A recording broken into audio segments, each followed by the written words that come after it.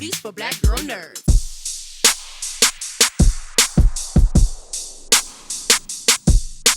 Thank you guys for your time on a Sunday. I appreciate it very, very much. Hi, Jeandra. Hi, Jeandra. Thank you. Tilda, beginning with you, for Alithea, we learned that she is a scholar and she spent her life studying things. Since she encounters the Djinn played by Idris, when does her interest as a scholar shift from being just observational than wanting to be included and have inclusivity? How does that shift happen for a character like Alithea, who spent so much time doing that? That's a fantastic question. And I feel like, Jeandra, honestly, I need to quickly see the film again to work out the answer. She's open to the stories because that's what she loves most. She loves other people's stories. Normally she's reading them, but she has a real life superhero beside her, and she's going to open her ears and listen. She's pretty guarded and taking everything with a pinch of salt for most of it. I think the point when she realizes that in his story about Zafir, the final story, he talks about having said that he's desperate for her to make these wishes so that he can have his freedom, which is what he wants more than anything. When he tells her that he actually gave up his own freedom for the love of Zafir, there's something in her that goes, I want that. I want someone, him actually, to love me as much as he loved her. And she had never, I think there's something so fresh for her about that. My sense is that she's never felt this before. She's never wanted to be loved in that way. And that's what she asks for.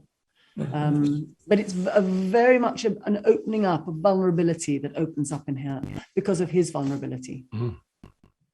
Speaking of love, there are some very beautiful other people cast in this movie, Idris. Love seeing all the cast in this film. As an actor, your love of storytelling is what gives birth to acting. For a film like this, the Djinn is telling stories, which is something actors like to do. So did you have an idea of how you wanted to shift your performance to being a storyteller within a story? Because the cadences are very different from when they're interacting with each other, and then when we see the grand sweeping flashbacks that are of the storytelling. Yeah, there was definitely a sense that, first of all, we're working with George Miller, who is a master storyteller.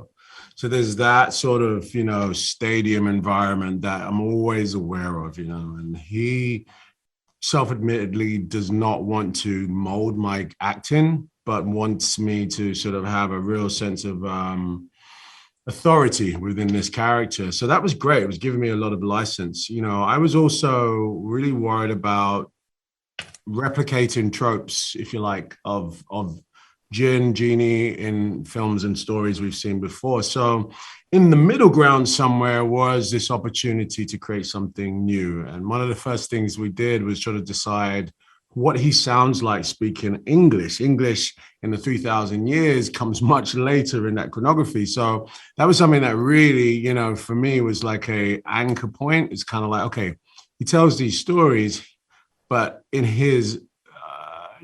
the realm of Djinn, what does it sound like? And that was really important. And once I had that, then became the sort of cadences that follow the English narrative. And then, of course, understanding that he's speaking to a narratologist who, has listened to every type of story and will see through the BS. That really then made, okay, well, we have to see Adrian, who has told stories many times, be vulnerable to a human being who doesn't want anything from him. Like, there's a real sort of puzzle there, but it was a gift, it was a gift of a role to play as an actor. And one I probably never get the opportunity to again, Oh, well, that was awesome. Well, I enjoyed it. It was majestic and cool and fantastical and all these things. Thank you guys for your time. I appreciate it. Wonderful project. Thank you. Black Girl Nerds.